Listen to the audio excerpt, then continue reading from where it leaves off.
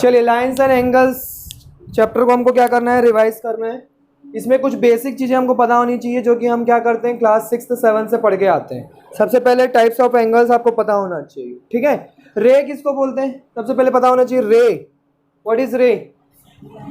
सीधी line को हम रे बोलते हैं। What is this? Line. This is called line. What is this? रे। जब एक पॉइंट से स्टार्ट हो रहा हो और कहाँ तक जाएगा हमको नहीं पता, दैट इज कॉल्ड रे।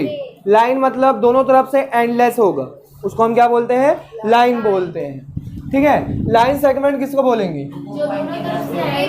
जो दोनों तरफ से क्या हो जाए, एंड हो जाए, उसको हम क्या बोलते हैं? लाइन सेगमेंट बोलते हैं। समझ में आई भाषा?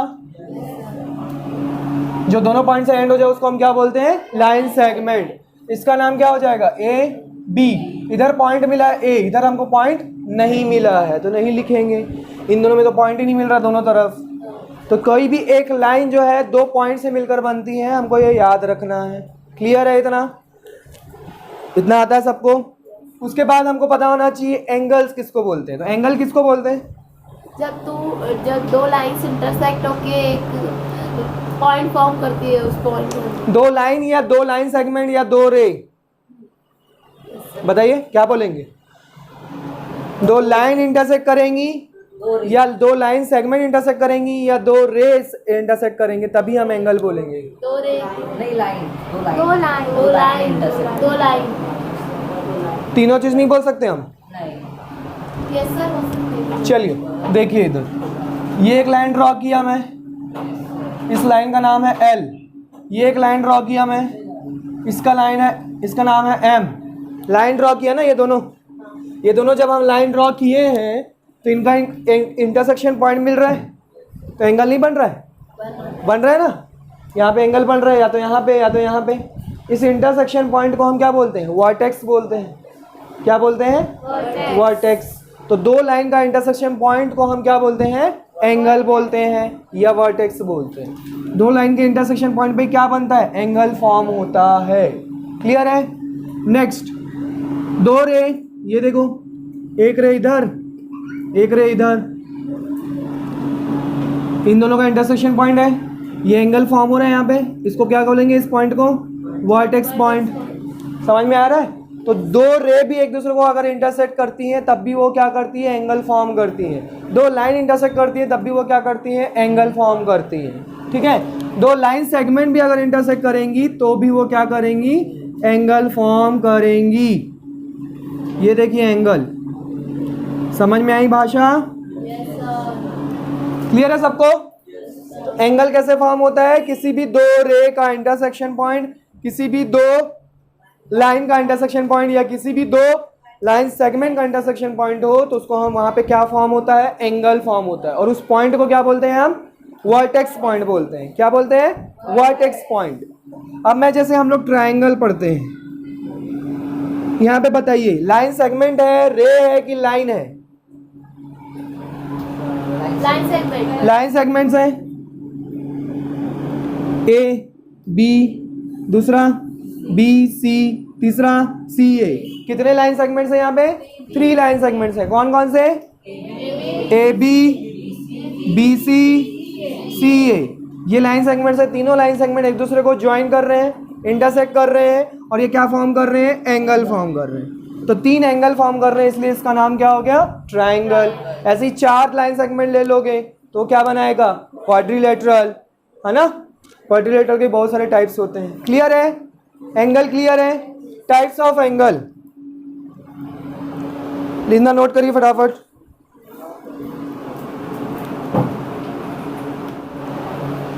फटाफट नोट करिए, फिर टाइप्स ऑफ एंगल्स पढ़ेंगे हम। ये सब बेसिक चीज़ें हमको पता होनी चाहिए, तभी हमसे क्वेश्चंस बनेंगे। नहीं पता होगे तो नहीं बनेंगे।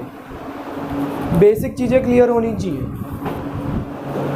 Types of angles. Types of angles में हमको पता है कौन कौन से एंगल्स होते हैं, बचपन से पढ़ते आ रहे हैं। एक्यूट एंगल किसको बोला जाता है? एक्यूट एंगल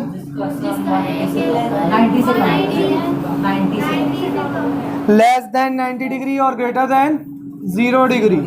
ऐसा एंगल जो 90 डिग्री से छोटा हो और 0 डिग्री से बड़ा हो तो उसको हम क्या बोलते हैं? Acute angle. Obtuse angle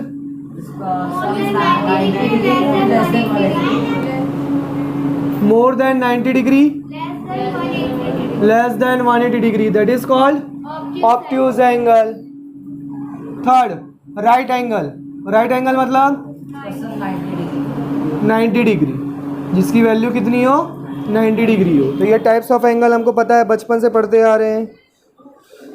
straight angle. Straight angle किसको बोला जाता है? स्ट्रेट एंगल मतलब 180 डिग्री, जो कि एक स्ट्रेट लाइन में बनता हो, ऐसे एंगल को हम क्या बोलेंगे? 180 डिग्री बोलेंगे। ये स्ट्रेट लाइन का एंगल कितना होता है? 180 डिग्री। अब इसको मैं क्या कर दूं? ऐसे डिवाइड कर दूं दो एंगल में, तो इन दोनों एंगल का सम कितना होगा? 180 degree. Straight angle. Straight angle मतलब कितना? 180 डिग्री।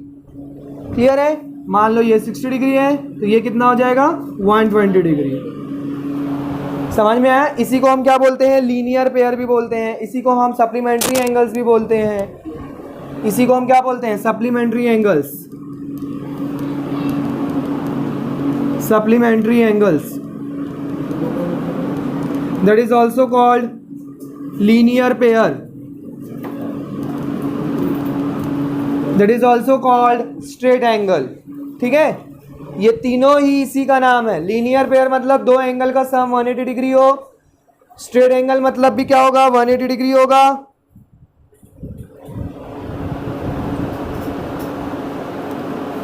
और लीनियर पेयर भी मतलब क्या होगा? दो एंगल का सम कितना होगा? 180 डिग्री। पेयर मतलब समझ में आ रहा है? दो का पेयर, तीन का पेयर, चार का पेयर, कितने भी ये एंगल यहाँ पे बन रहे हो, अगर स्ट्रेट एंगल में बन रहे हैं तो चारों जितने भी बन रहे हैं सबका सम किसके बराबर होगा? 180 डिग्री बराबर होगा। समझ में आया? नेक्स्ट आपका होता है रिफ्लेक्स एंगल।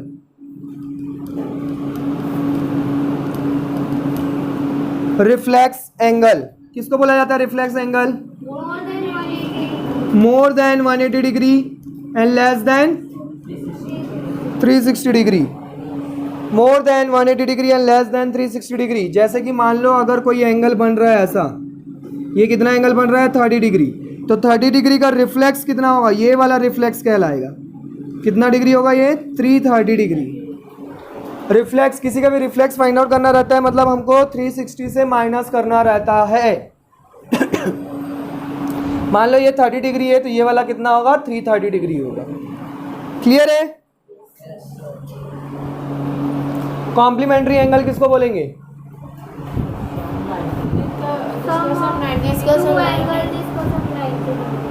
कॉम्प्लीमेंट्री एंगल्स, जिसका सम कितना हो? 90 डिग्री हो। Sum of two angles is equal to 90 degree. तो उनके पेयर को हम कॉम्प्लीमेंट्री एंगल्स बोलते हैं। उनके पेयर को हम क्या बोलते हैं? कॉम्प्लीमेंट्री एंगल्स बोलते हैं। सप्लीमेंट्री मतलब ऐसे दो एंगल जिनका सम 180 डिग्री हो तो वो सप्लीमेंट्री एंगल कहलाता है। ऐसे दो एंगल जिनका सम 90 डिग्री हो वो कॉम्प्लीमेंट्री एंगल कहलाता है। क्लियर है? अगर एक एंगल x डिग्री है तो उसका कॉम्प्लीमेंट्री कितना होगा?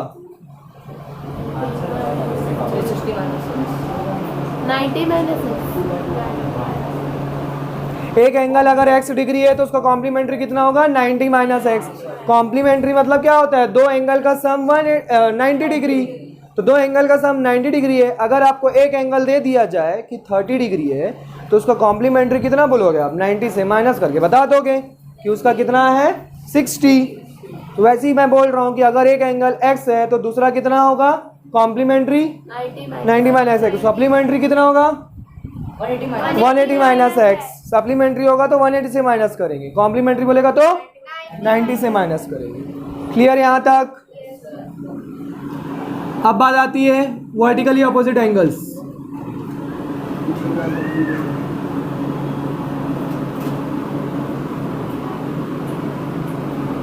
Vertically opposite angles.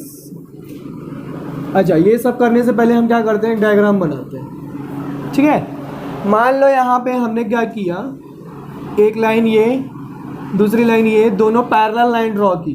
एल जो है एम से क्या है? पैरेलल है। देखो मैंने क्वेश्चन में आपको बोल दिया है कि एल जो है वो एम के क्या है? पैरेलल है। जब तक आपको मेंशन ना हो तब तक आपको अज्यूम कुछ भी नहीं करना है। ऐसा नहीं कि सर दिख रहा है पैरेलल तो पैरेलल बोलेंगे, दिखने से कुछ नहीं होगा। जब तक मेंशन ना हो, जब तक प्रूफ ना हो पैरेलल है कि नहीं है, तब तक आप पैरेलल नहीं ले सकते। अभी मैंने बोल दिया कि L is parallel to M। यहाँ पे एक ट्रांसवर्सल लाइन ड्रॉ करते हैं, इसको हम क्या बोलते हैं, ट्रांसवर्सल लाइन। इसको ले लेते हैं LMN। कौन सी लाइन ड्रॉ किया मैंने, ट्रांसवर्सल लाइन। इसको क्या बोलेंगे, ट्रांसवर्सल लाइन, क्योंकि ये क्या कर रहा है, दोनों पैरेलल लाइन को कट कर रहा है, इंटरसेक्ट कर रहा है, तो इसलिए हम क्या बोलेंगे इसको, ट्रांसवर्सल लाइन। लिखने का टाइम दूंगा, ध्यान दो इधर। क्या बोलेंगे, ट्रांसवर्सल लाइन। किसको बोलेंगे ट्रांसवर्सल लाइन, तो यहाँ पे कौन है ट्रांसवर्सल लाइन, N। कौन सी लाइन है, कौन सी लाइन है, N। N जो है वो क्या है, ट्रांसवर्सल है, क्योंकि दोनों लाइन को क्या कर रही है, काटते हुए जा रही है। अब यहाँ पे एंगल बना रही, काट रही है, तो ये पॉइंट है, इस पॉइंट पे इंटरसेक्ट कर रही है, और इसको इस पॉइंट पे, यहाँ पे ये एक एंगल बना रही है, ये एक एंगल बना रही है, ये एक एंगल बना रही है, एक एंगल बना रही है, ये टोटल कितने एंगल्स बन रहे हैं, 8 एंगल्स बन रहे हैं। सबको नाम दे दे, 1 2 3 4 5 6 7 8। क्लियर। अब आपसे इसमें पूछा जाता है कि वर्टिकली अपोजिट एंगल्स बताइए, वर्टिकली अपोजिट एंगल्स VOA। कौन कौन से एंगल जो है वो वर्टिकली अपोजिट है, बताइए। Angle 1 and angle 3, angle 4 and angle 2,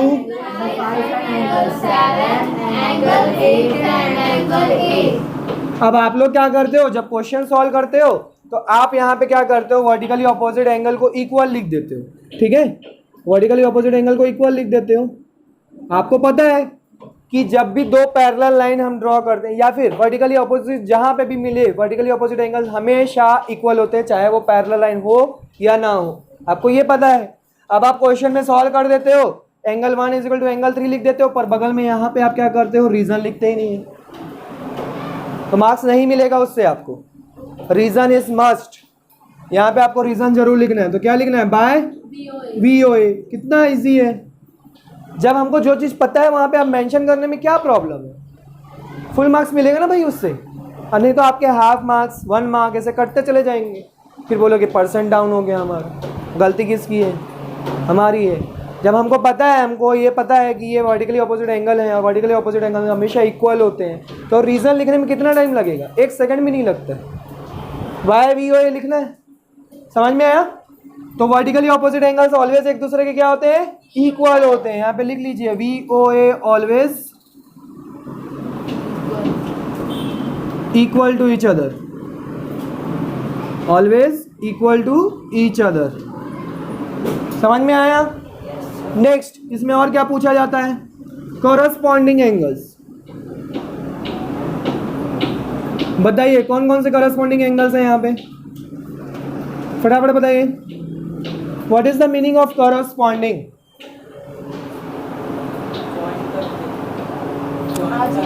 same place and same side, same side और सेम प्लेस पे जो एंगल बनते हैं उसको हम क्या बोलते हैं, कॉरस्पॉन्डिंग एंगल बोलते हैं। Same place and same side पे जो आपका एंगल बनेगा उसको हम क्या बोलेंगे, कॉरस्पॉन्डिंग एंगल बने। बताइए अब कौन दिख रहा है आपको सेम प्लेस है,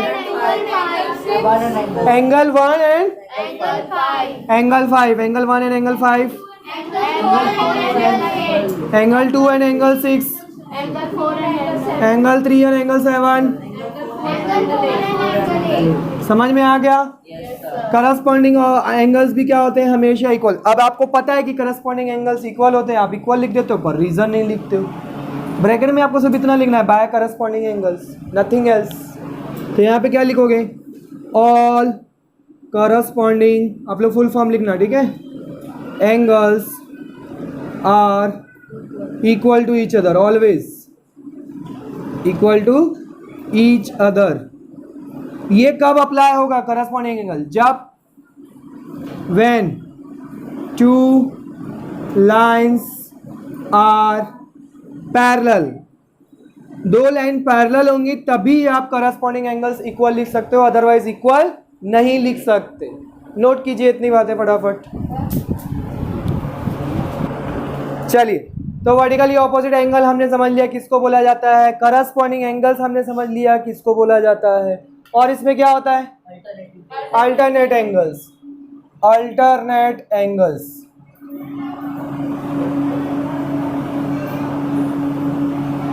alternate angles.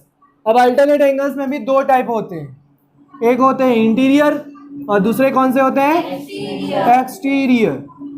Alternate interior angles और अल्टरनेट एक्सटीरियर एंगल्स। क्लियर है? अब अल्टरनेट इधर देखिए, इधर देखिए, अल्टरनेट बोला किसको जाता है, अल्टरनेट इंटीरियर बताइए कौन कौन से हैं। 1 और 3 अल्टरनेट इंटीरियर हैं कि वर्टिकली ऑपोजिट है? 1 and 6 नॉट, 4 and 6 इंटीरियर की बात हो रही है, मतलब इन दोनों के लाइन के बीच के एंगल्स। अल्टरनेट ये एक दूसरे के अल्टरनेट दिख रहे हैं, 4 and 6 इंटीरियर मतलब अंदर होता है, और दूसरा कौन सा पेयर है, तो सिर्फ दो ही पेयर बन रहे हैं। एक्सटीरियर में कौन कौन है, एंगल 1 एंड एंगल 7 एंड दूसरा एंगल 2 एंड एंगल 8। ठीक है, तो इंटीरियर और exterior angle they are always equal, they are always equal. Alternate interior angles and alternate exterior angles हमेशा इक्वल होते हैं। कब? ये लाइन फिर से लिखनी है, when two lines are parallel। ठीक है, तो किसमें किसमें पैरेलल लाइन होना जरूरी है, करस्पॉन्डिंग एंगल्स के लिए पैरेलल लाइन होना जरूरी है, अल्टरनेट इंटीरियर या अल्टरनेट एक्सटीरियर एंगल के लिए पैरेलल लाइन होना जरूरी है, और वर्टिकली ऑपोजिट एंगल के लिए पैरेलल लाइन होना जरूरी है क्या? नहीं भाई, मैं ऐसे दो लाइन ऐसे बना दूं, ये दोनों एक दूसरे को इंटरसेक्ट कर रहे हैं, ये दोनों अपोजिट इक्वल होंगे, ये दोनों अपोजिट इक्वल होंगे, इसके लिए पैरेलल होना जरूरी नहीं है। VOA के लिए पैरेलल होना इज नॉट मस्ट। ठीक है, करस्पॉन्डिंग के लिए इज मस्ट एंड अल्टरनेट के लिए भी मस्ट है, चाहे वो इंटीरियर एंगल हो चाहे वो एक्सटीरियर एंगल हो। इंटीरियर मतलब दो पैरेलल लाइन के बीच के एंगल्स। कौन है अल्टरनेट? 4 और 6 एक दूसरे के अल्टरनेट दिख रहे हैं, 5 and 3 एक दूसरे के अल्टरनेट दिख रहे हैं। तुम लोग किसी को भी अल्टरनेट बोल देते हो, अल्टरनेट मतलब एकदम ध्यान से समझा करो। ठीक है, अब ये दोनों आपस में इक्वल होते हैं, ना कि इनका सम 180 डिग्री होता है, कभी नहीं, ये आपस में इक्वल होते हैं। अब एडजेसेंट एंगल्स, ये हो गया आपका 3rd नंबर, ये 4th number. Adjacent angles, what is the meaning of adjacent? अगल बगल वाले एंगल्स, अगल बगल वाले एंगल्स। क्या एडजेसेंट एंगल्स इक्वल होते हैं? नेवर, कभी नहीं हो सकते। 1 और 2 एक दूसरे के इक्वल हो सकते हैं क्या? ये दोनों एडजेसेंट एंगल्स है ना। एडजेसेंट मतलब क्या होता है? अगल बगल। 1 और 2 क्या है? Adjacent angles. ये कभी इक्वल हो सकते हैं क्या? ये 120 डिग्री बना रहे हैं या 60 डिग्री बना रहे हैं, तो एडजेसेंट एंगल्स कभी भी इक्वल नहीं होते हैं, उनका सम जो है वो 180 डिग्री के इक्वल होता है ना, अगर वो स्ट्रेट एंगल होंगे तो। ठीक है, इफ दे फॉर्म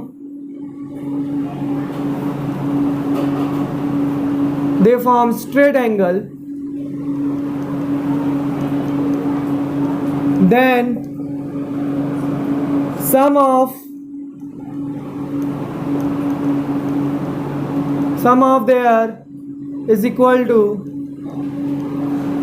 180 डिग्री। जैसे 1 and 2 जो है यहाँ पे एक दूसरे के एडजेसेंट एंगल है, ये स्ट्रेट एंगल बना रहे हैं, इसलिए इन दोनों का सम किसके बराबर होगा? 1 और 4 एडजेसेंट है, 1 और 4 एडजेसेंट है, 1 और 4 एडजेसेंट है, स्ट्रेट एंगल बना रहे वो भी, उनका सम किसके बराबर होगा? 4 and 3 एडजेसेंट है, स्ट्रेट एंगल बना रहे हैं, कितना सम होगा? 5 and 6 स्ट्रेट एंगल बना रहे हैं, उसका सम। अगर दो एडजेसेंट एंगल स्ट्रेट एंगल बनाते हैं तो उनका सम 180 डिग्री के बराबर होता है। स्ट्रेट एंगल नहीं बनाएंगे तो नहीं होगा। देखो उसका एग्जांपल दे रहा हूं, ये दोनों एडजेसेंट एंगल है, नहीं है? ये दोनों एडजेसेंट एंगल नहीं है। एडजेसेंट एंगल किसको बोला जाता है? चुप, स्ट्रेट एंगल फॉर्म करते बोल रही है। आजू अगल बगल, जो अगल बगल हो एकदम जस्ट आजू बाजू में हो उसको एडजेसेंट एंगल बोला जाता है। तो ये 1 और 2 एक दूसरे के एकदम बगल में है, एडजेसेंट एंगल नहीं है। क्या ये स्ट्रेट एंगल फॉर्म कर रहे हैं क्या? तो इनका सम 180 डिग्री के इक्वल होगा? नहीं होगा। 180 डिग्री रट मत लेना कि हमेशा एडजेसेंट एंगल का सम 180 डिग्री होता है, इसलिए क्लियर कर रहा हूं मैं। एडजेसेंट एंगल का सम तभी 180 डिग्री होगा जब वो दोनों एंगल क्या कर रहे हो, स्ट्रेट फॉर्म कर रहे हो, अदरवाइज नॉट। समझे? नोट करिए फटाफट। Next 5th number. अच्छा ध्यान दो, इधर ध्यान दो, बाद में नोट करना। और क्या बच गया? Linear pair. यहाँ पे फिर से बताता हूँ ना, यहाँ पे लीनियर पेयर बताइए कौन कौन से हैं? Angle 1 and angle 2, angle 1 and angle 4, angle 4 and angle 3, angle 2 and angle 3, angle 5 and angle 6, angle 5 and angle 8, angle 7 and angle 6, 7 angle 6 angle 8 and angle 7। समझ में आया? Yes sir. जहाँ पे वो लीनियर पेयर मतलब वो स्ट्रेट एंगल बनाएंगे तो वो लीनियर पेयर कहलाएंगे। ठीक है। इसमें लास्ट आता है आपको same side of transversal angle. Same side of transversal angles, इसको ध्यान से समझो, इसी को बहुत सब लोग रॉन्ग करते हैं। इस पूरे चैप्टर में ये चीजें अगर आपसे बन गई तो आपसे सारे क्वेश्चन बनेंगे। Same side of transversal angle. Transversal line कौन सी है? अब लिखने में बिजी हो यार, समझ कुछ नहीं रहे हो हैं? ट्रांसवर्सल लाइन कौन सी है यहाँ पे? एन। अब इसके सेम साइड पे कौन कौन से एंगल बन रहे हैं? अंदर की तरफ बताना, अंदर की तरफ। ठीक है। ये तो पैरेलल लाइन के बीच में जो बन रहे हैं, इसके लिए भी लाइन जो है कैसी होनी चाहिए? Parallel. Line should be, lines should be parallel, otherwise नहीं होंगे। ठीक है। तो इन दोनों लाइन के बीच में सेम साइड में कौन कौन से एंगल है? Angle 3 and angle 6। तो एंगल 3 एंड एंगल 6 क्या दोनों एक दूसरे के इक्वल होंगे? ये दोनों एक दूसरे के इक्वल दिख रहे हैं क्या? यस सर बोल रहे हैं यार, कहाँ से दिख रहे हैं? ये देखो, ये बड़ा बना आ रहा है, 90 डिग्री से बड़ा बना आ रहा है, और ये 90 डिग्री से छोटा बना आ रहा है। सेम कहाँ से हुआ?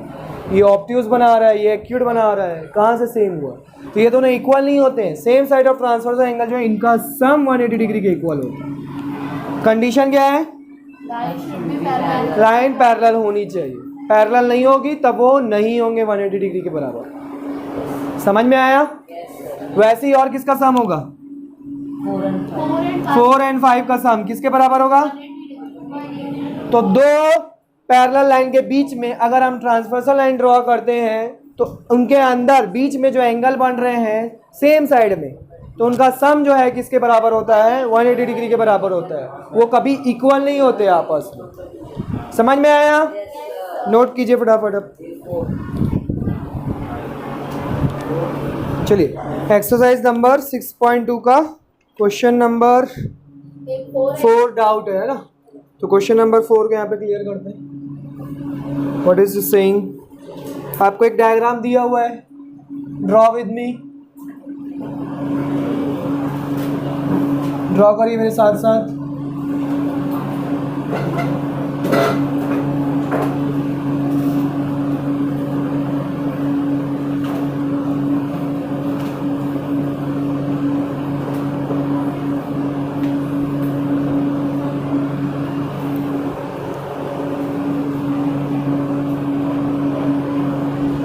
इन figure 6.31 if PQ is parallel to ST, PQ जो है वो पैरेलल के ST है, गिवन है हमको। PQ is parallel to ST। Angle PQR की वैल्यू दी हुई है 110 डिग्री, एंगल RST की वैल्यू दी हुई है 130 डिग्री। Find QRS। QRS आपको फाइंड आउट करना है। QRS मतलब कौन सा एंगल फाइंड आउट करना है? ये वाला। तो यहाँ पे हम क्या करेंगे? हम कंस्ट्रक्शन करेंगे। आप जो भी कंस्ट्रक्शन करना है वहाँ पे लिखना पड़ता है हमको, है ना। तो कंस्ट्रक्शन क्या करेंगे कि हम एक पैरेलल लाइन ड्रॉ करेंगे। किसके? ST के पैरेलल लाइन ड्रॉ करेंगे। कहाँ पे? पॉइंट R पे। किसके पैरेलल? ST के। अगर ये लाइन ST के पैरेलल है तो PQ के भी पैरेलल होगी। ठीक है। अब ये वाला एंगल, ये ट्रांसवर्सल लाइन हो गई।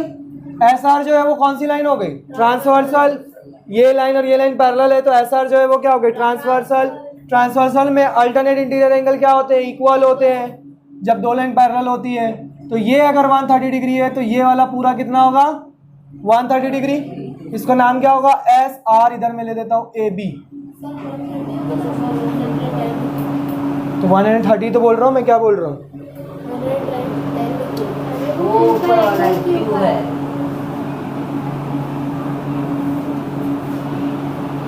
ये वाला पूरा एंगल कितना होगा?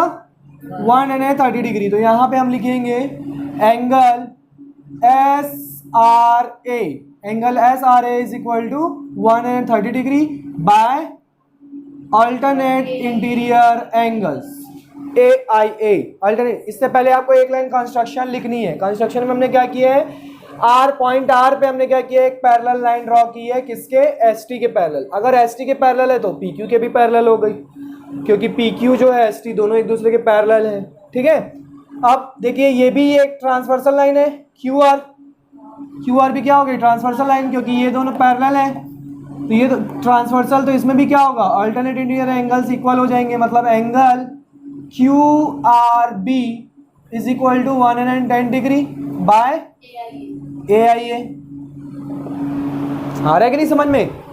हमको क्या फाइंड आउट करना है? Q R S. Angle Q R S कैसे मिलेगा? एंगल क्यू आर एस कैसे मिलेगा? अच्छा एक बात बताओ, ये वाली लाइन, ये वाला एंगल हम अभी हटा देते हैं। ये पूरा एंगल 130 डिग्री है, तो ये वाला एंगल कितना होगा? 50 डिग्री। कितना होगा? 50 डिग्री।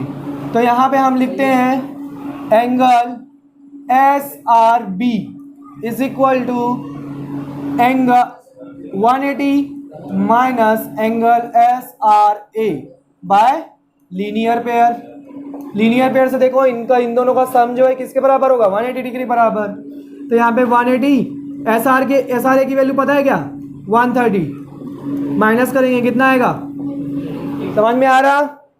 50 डिग्री आ गया। अब क्या कर रहे हैं हमको? अब ये जो हम एंगल लिखे हैं क्यू आर बी, अब हमको क्या चाहिए? क्यू आर एस चाहिए। एंगल क्यू आर एस मतलब ये वाला एंगल, बीच वाला एंगल। ये बीच वाला एंगल कब मिलेगा? जब मैं इस पूरे एंगल को, इस पूरे एंगल से, मतलब क्या, क्यू आर बी से माइनस कर दूँ कितना? ये वाला एंगल जो 50 डिग्री आया है, जिसका नाम क्या है? Angle S R B. इस पूरे एंगल से इस वाले एंगल को माइनस कर दूँ तो ये वाला एंगल पता चल जाएगा, जिसका नाम क्या है? Q R S. तो क्यू आर बी की वैल्यू कितनी है? 110 डिग्री। एस आर बी की वैल्यू कितनी आई है? 50 डिग्री। माइनस करेंगे कितना आएगा?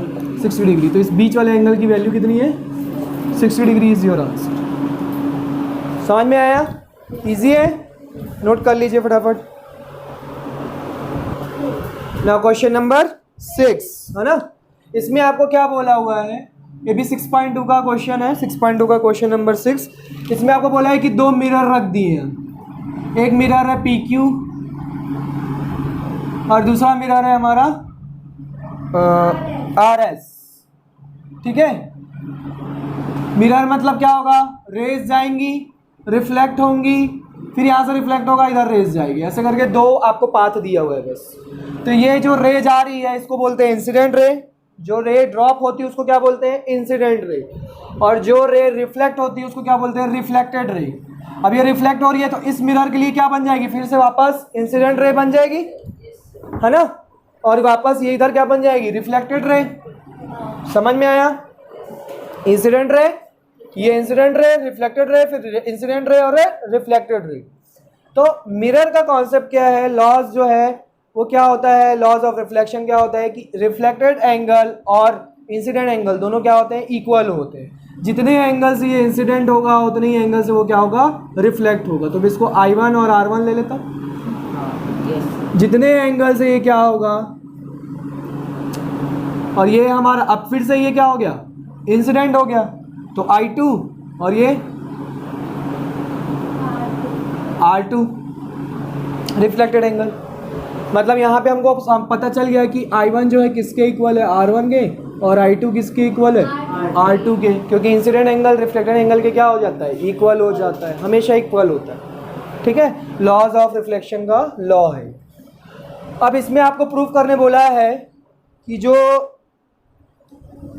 बन रहा है क्या, A B is parallel to C D, मतलब ये जो इंसिडेंट रे है ए बी और ये जो रिफ्लेक्टेड रे है सी डी, ये दोनों आपस में पैरेलल है। तो दो लाइन आपस में पैरेलल कब होते हैं, ये देखो ये ट्रांसवर्सल दिख रहा है BC, जब मैं इन दोनों का सम मतलब I1 plus R1 is equal to I2 plus R2 proof कर दूंगा। हमको प्रूफ क्या करना है, यही प्रूफ करना है, टू प्रूफ। अगर हमारा ये प्रूफ हो गया तब मैं बोलूँगा कि AB और CD जो एक दूसरे के क्या है, पैरेलल है। समझ में आया? दो लाइन को पैरेलल प्रूफ करने के लिए क्या करना पड़ेगा, हमको अल्टरनेट इंटीरियर एंगल को इक्वल करना पड़ेगा, या तो अल्टरनेट एक्सटीरियर एंगल को इक्वल करना पड़ेगा, या तो करस्पॉन्डिंग एंगल को इक्वल करना पड़ेगा। जितने भी एंगल्स अभी आप पढ़े हो उनमें से कोई भी चीज़ अगर इक्वल प्रूफ हो गई तो दो लाइन हमको क्या हो जाता है, पैरेलल हो जाता है। उल्टा कन्वर्स थ्योरम लगाते हैं, अगर दो लाइन पैरेलल है तो ये सारे एंगल्स इक्वल होते हैं, अगर ये सारे एंगल्स इक्वल हैं तो वो दोनों लाइन पैरेलल हो जाते हैं। कन्वर्स थ्योरम लगाते हैं, बस और कुछ नहीं करते। तो ये चीज़ हमको प्रूफ करनी है। कैसे प्रूफ करेंगे, दिमाग लगाइए थोड़ा सा। I1 plus R2, I1 plus R1 is equal to I2 plus R2। क्या मैं R1 की जगह, क्या मैं I1 की जगह R1 लिख सकता हूँ, Yes, sir. Yes, sir. और I2 की जगह क्या लिख सकता हूँ, या R2 की जगह क्या लिख सकता हूँ, I2.